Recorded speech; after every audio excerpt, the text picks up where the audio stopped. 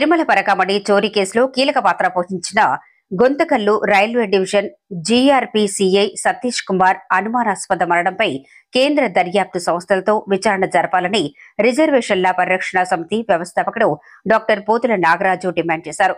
డోన్పట్నంలో ఏర్పాటు చేసిన విలేకరుల సమావేశంలో మాట్లాడుతూ పరకామణి చోరీ కేసులో ఫిర్యాదుదారుడిగా వ్యవహరించిన సీఐ సతీష్ కుమార్ ఆ కేసుకు సంబంధించిన సాక్ష్యం ఇవ్వటానికి ఉన్నతాధికారులను కలిసేందుకు వెళుతున్న సమయంలోనే అనుమానాస్పద పరిస్థితుల్లో మృతి చెందడం చాలా క్లిష్టమైన అంశమని డాక్టర్ నాగరాజు వ్యాఖ్యానించారు. ఇలాంటి సున్నితమైన కేసుల్లో నిజాలు బయటపడాలంటే రాష్ట్ర స్థాయి దర్యాప్తుతో కాకుండా కేంద్ర దర్యాప్తు సంస్థలైన సిబిఐ లేదా ఎన్ఐఏ చేత విచారణ జరపాల్సిన అవసరం ఉందన్నారు. సీఐ సతీష్ కుమార్ మరణం వెనుక ఉన్న నిజాలు వెలుగులోకి రావాలని, దోషులు ఎవరైనా కఠిన చర్యలు తీసుకోవాలని ఆయన విజ్ఞప్తి చేశారు.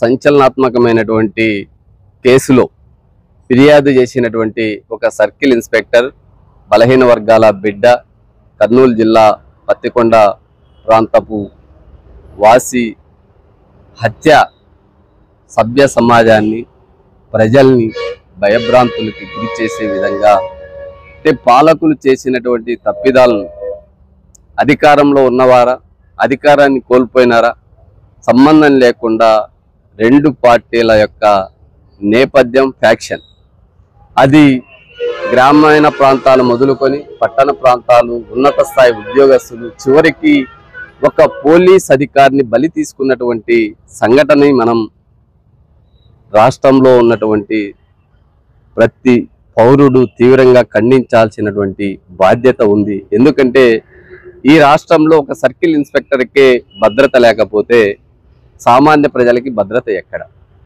పరకామణిలో జరిగినటువంటి దొంగతనం అంటే, పరకామణి అంటే కేవలం ఏదో ఒక చిన్న స్ట్రీట్ గుడి కాదు, దేవాలయం కాదు.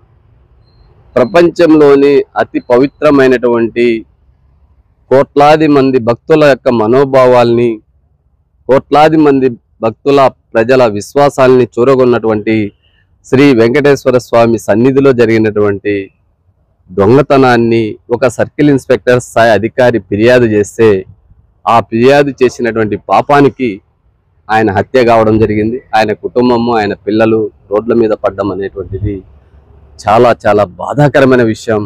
ఎందుకంటే ఒక బలహీన వర్గాల బిడ్డ ఆ స్థాయికి ఎదగడమే ఎంతో కష్టమైనటువంటి పని. ఇది ఇద్దరి ప్రభుత్వాలు, అది జగన్మోహన్ రెడ్డి ప్రభుత్వంలో దొంగతనం జరిగితే 18 నెలల కూటమి ప్రభుత్వం దాని మీద తేల్చుకోకుండా నాన్పుడు దోనంతో పేపర్లో లీకులు చేస్తూ, వారికి రాజకీయాలకు అవసరమైనప్పుడు మాత్రమే ఆ ప్రకటనలు ఇస్తూ, ఆ రోజు చైర్మన్గా పనిచేసినటువంటి కరుణాకర్ రెడ్డిని కానీ, వైవి సుబ్బారెడ్డి గారిని కానీ, లేదా ఈ రోజు పనిచేస్తున్నటువంటి బిఆర్ నాయుడు గారు కానీ, వీరేమో వేల కోట్ల రూపాయల టీటీడీ నిధులని పరిరక్షించేటువంటి బాధ్యతను తీసుకుంటారు. అదే నిధుల్లో దొంగతనం జరిగిందని ఫిర్యాదు చేసినటువంటి అధికారిని బలి తీసుకుంటా ఉన్నారు. అది కరుణాకర్ రెడ్డిదే, వైవి సుబ్బారెడ్డిదే, బిఆర్ నాయుడుదే, ఆ పాత్ర ఎవరిదో తేల్చాల్సినటువంటి బాధ్యత ఈరోజు ఆంధ్రప్రదేశ్ ముఖ్యమంత్రి చంద్రబాబు నాయుడు గారు. లేదు, కేవలం మేము ఆరోపణలు మాత్రమే చేస్తాం. ఆ రోజు పింక్ డైమండ్ మీద ఫిర్యాదులు జరిగాయి, ఏమైందో తెలియదు. కల్తీ నెయ్యి అన్నారు, ఏమైందో తెలియదు. తిరుమలలో జరుగుతున్నటువంటి అనేక అభివృద్ధి కార్యక్రమాల్లో కోట్ల రూపాయలు దుర్వినియోగం జరిగింది అన్నారు, అది ఏమైందో తెలియదు.